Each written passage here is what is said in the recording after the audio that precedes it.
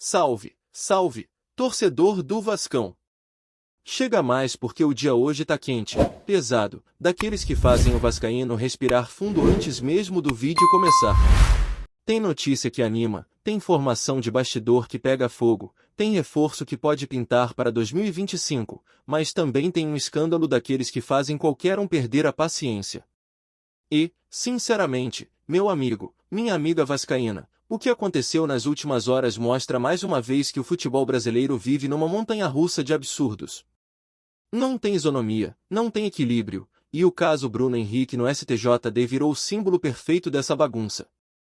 Mas antes de entrar nessa polêmica gigante que tomou conta das redes sociais e dos debates esportivos, eu quero te colocar por dentro de uma notícia que mexeu muito com o ambiente dentro de São Januário. Porque enquanto de um lado o torcedor se irritava com o tribunal, do outro o clima no nosso caldeirão era de orgulho, de inspiração e de algo que vai muito além das quatro linhas. Ontem, quinta-feira, o técnico Fernando Diniz apareceu em São Januário e, dessa vez, não foi para jogo, não foi para análise tática, não foi para reunião com a diretoria. Ele foi conhecer uma das maiores conquistas institucionais do Vasco da Gama, o Colégio Vasco da Gama. Isso mesmo. Aquele ambiente que transforma a menina em atleta e atleta em cidadão. Um espaço que não forma apenas jogadores, mas jovens preparados para a vida. Diniz chegou, conversou, palestrou, fez questão de olhar cada canto, cada detalhe, e se impressionou com a estrutura e com a importância daquele projeto. O presidente Pedrinho estava lá, a diretora jurídica Bianca Reis também, assim como o diretor do colégio, Paulo Roberto, que desde muito tempo tinha o sonho de trazer Diniz para esse encontro. E ontem esse sonho virou realidade. O clima era de alegria, de gratidão e de muito aprendizado.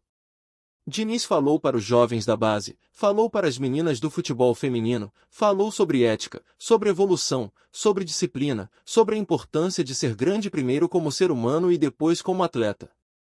E isso mexe com todo mundo que veste preto e branco porque reforça exatamente aquilo que faz o Vasco ser diferente dos demais, seus valores.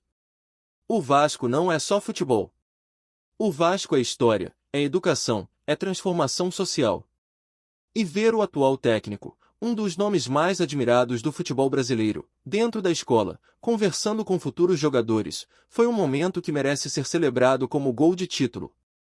É o tipo de ato que inspira, que motiva, que cria conexões e que, sem dúvida nenhuma, fortalece essa reconstrução que o clube vive. Mas, amigo vascaíno, depois desse momento inspirador, a gente precisa virar a chave e voltar para a realidade dura, feia e revoltante do futebol brasileiro. Porque se tem algo que marcou as últimas horas foi o julgamento do Bruno Henrique no STJD. E aí, meu irmão, minha irmã, segura porque é aí que começa a indignação. Você deve lembrar do caso, jogo entre Flamengo e Santos em 2023, Bruno Henrique leva cartão amarelo, discute com o juiz, leva o segundo e é expulso. Até aí, tudo normal. O problema começa quando aparece uma movimentação suspeita de aposta envolvendo o irmão dele, exatamente prevendo o cartão amarelo que o jogador receberia. A Polícia Federal investigou, o atleta foi indiciado por colaborar com manipulação de evento esportivo, a denúncia correu, e o STJD aplicou na primeira instância uma punição de 12 jogos e multa de R$60 mil. Todos nós, torcedores de futebol, olhamos e pensamos, ok, enfim um caso sendo tratado com firmeza. Só que não. Porque ontem, no julgamento final, o pleno do STJD simplesmente retirou a suspensão e transformou tudo em uma multa de R$100 mil. R$100 mil para um jogador que ganha milhões. É como uma multa de trânsito para um jogador da Série A. É nada. É poeira.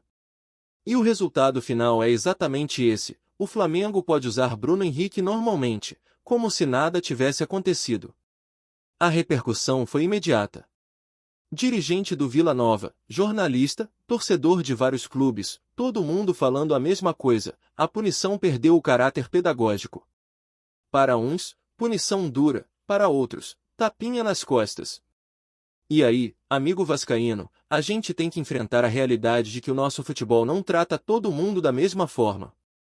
E quando a gente descobre que um dos auditores que votaram contra a suspensão é flamenguista declarado, com foto em Lima comemorando Libertadores, aí, meu amigo, você respira fundo e percebe que o buraco é mais embaixo. Não estou dizendo que ele decidiu pelo clube. Estou dizendo apenas que a imagem que fica é péssima. É desnecessária. É a tal da falta de cuidado que mancha um processo que já é naturalmente sensível. E é por isso que eu digo, a sensação é de que a credibilidade acabou. O STJD passa mais uma vez a mensagem de que depende de quem você é, de que camisa você veste, do tamanho do clube que te acompanha. E o vascaíno, que viveu casos duríssimos envolvendo manipulação, vê agora essa postura e se pergunta onde está a coerência. É revoltante. É triste. Mas é o retrato fiel do que é o Brasil no futebol e fora dele. A verdade é que o ambiente ao redor do clube anda vibrando de um jeito diferente, como se cada pequeno detalhe estivesse carregado de significado, e isso mexe com quem acompanha tudo de perto. Você percebe que os jogadores entram em campo com aquela mistura de urgência e calma, uma sensação de que cada movimento precisa ser calculado, mas sem perder a intensidade que sempre marcou a identidade da equipe. E quando a bola começa a rolar, fica claro que há um entendimento coletivo maior, algo construído não apenas nos treinos, mas nos momentos difíceis que moldaram o elenco nos últimos meses. Os mais experientes puxam a linha, orientam, gritam, organizam, e os mais jovens seguem com aquela energia de quem sabe que está diante de oportunidades que podem mudar carreiras inteiras. É um contraste bonito de ver, porque cria um ritmo que não depende só de técnica, mas de personalidade, de coragem e de entendimento tático elevado. O treinador, mesmo sem aparecer em discursos grandiosos, demonstra na prática que está ajustando tudo milimetricamente. A equipe passou a alternar muito melhor os ritmos do jogo, usando a posse de bola quando precisa respirar, acelerando quando identifica fragilidades no adversário e travando o jogo quando a leitura pede controle emocional. E isso dá ao time uma postura muito mais madura, algo que vinha sendo cobrado há bastante tempo. A construção desde a defesa está mais limpa, os volantes se aproximam com mais naturalidade, e a circulação pelo meio-campo deixou de ser previsível, abrindo espaço para infiltrações que antes simplesmente não aconteciam. Os atacantes já não ficam isolados, porque existe um encaixe mais claro entre os setores, e isso cria aquelas jogadas trabalhadas que fazem a torcida levantar da cadeira pressentindo que algo grande está prestes a acontecer. E quando olhamos para o impacto disso tudo dentro do estádio, dá para sentir como a atmosfera mudou. Os torcedores perceberam que o time não está apenas correndo, mas correndo com propósito, e isso contagia. Os cânticos começam mais cedo, o barulho não some quando o adversário cria perigo, e até os momentos de tensão parecem ter ganhado outro significado, como se fizessem parte de um ritual coletivo que fortalece o elenco em vez de abalar. Cada desarme bem feito vira um grito, cada passe arriscado que sai certo vira celebração, e cada gol, claro, parece explodir em camadas, misturando alívio, euforia e aquela confiança de quem sente que a equipe está se reencontrando. É o tipo de energia que transforma partidas complicadas em viradas improváveis, porque o time sabe que não está sozinho. Outra coisa que tem chamado a atenção é como alguns jogadores específicos parecem ter dado um salto enorme de desempenho. Gente que vinha sendo questionada começou a atuar com uma segurança impressionante, como se tivesse finalmente encontrado o encaixe ideal dentro do sistema. Tem atleta que está correndo mais do que nunca, outros que parecem ter recuperado aquela leitura de jogo que tanta falta fazia, e até aqueles que vinham entrando pouco estão começando a mostrar que podem disputar espaço sério dentro do elenco. Isso tudo cria uma disputa interna saudável, porque ninguém quer perder lugar, ninguém quer ficar para trás, e essa competitividade acaba elevando o nível geral dos treinos. E quando o treino sobe, o jogo sobe junto. Os jovens formados no clube também estão deixando uma marca cada vez mais forte. Entram sem medo, pedem a bola como se já fossem protagonistas e mostram uma personalidade que não se ensina em manual nenhum. Eles carregam o clube de um jeito diferente, porque cresceram vendo essas cores, respirando essa história e entendendo a responsabilidade de vestir essa camisa. E essa conexão gera lances que talvez nem sempre sejam perfeitos tecnicamente, mas carregam uma coragem que contagia o time inteiro. É como se eles lembrassem o elenco todo do que significa estar ali, E isso dá ao treinador mais ferramentas para moldar a equipe com profundidade. Mas o mais impressionante é como tudo isso começa a aparecer nos números invisíveis, aqueles que não aparecem só em estatísticas, mas na percepção do jogo. A equipe passou a se posicionar melhor na segunda bola, a antecipar jogadas com mais inteligência, a recuperar o campo alto rapidamente e a manter a intensidade mesmo quando o placar está favorável. Isso mostra que a mentalidade mudou. Ninguém se acomoda, ninguém diminui o ritmo, e mesmo quando a partida parece sob controle, dá para ver que os jogadores continuam buscando o próximo lance com seriedade. Não é apenas vontade, é entendimento do momento da temporada, de como cada partida pesa para a construção de algo maior. E quando a gente olha para frente, percebe que o caminho ainda é longo, cheio de desafios e decisões importantes, mas existe algo diferente no ar. A sensação é de que o grupo está mais unido, mais consciente do que precisa fazer e mais preparado para resistir à pressão que inevitavelmente vai aparecer. É esse tipo de ambiente que costuma transformar temporadas, que cria capítulos marcantes e que, muitas vezes, define quem realmente está pronto para brigar pelos maiores objetivos. A torcida sente, o elenco sente, e até os adversários começam a perceber que enfrentar este time não é mais a mesma coisa. Com todo esse movimento dentro e fora de campo, começa a ficar evidente que a confiança não está apenas nos resultados recentes, mas na maneira como o grupo reage aos momentos críticos. Quando a partida aperta, já não existe aquele desespero que antes atrapalhava o rendimento. Agora a equipe respira, se organiza, troca passes curtos para recuperar o controle, a partir daí, encontra os espaços que estavam escondidos. É uma maturidade que não aparece de um dia para o outro, mas que vem sendo construída com paciência, trabalho e uma leitura coletiva cada vez mais afiada. E isso faz a diferença quando a pressão chega, porque o time parece entender exatamente o que precisa fazer para não se perder emocionalmente. Outro ponto que tem chamado a atenção é a forma como o elenco passou a reagir às mudanças durante os jogos. As substituições, que antes pareciam desconexas, agora entram com impacto real. Os jogadores que chegam do banco entram com intensidade imediata, entendendo que o treinador quer e mantendo o ritmo alto. Essa sintonia é fundamental em uma temporada longa, porque nem sempre o time titular vai conseguir carregar tudo sozinho. Ter atletas prontos para entrar, assumir responsabilidade e mudar o rumo de uma partida mostra a força do grupo e dá ao treinador opções táticas que ampliam ainda mais a competitividade da equipe. Enquanto tudo isso se encaixa, cresce a sensação de que o clube está entrando naquele momento em que cada passo importa. Os detalhes começam a pesar, e o time demonstra estar consciente disso. A cobrança interna subiu, mas de forma positiva, como se cada um estivesse puxando o outro para cima.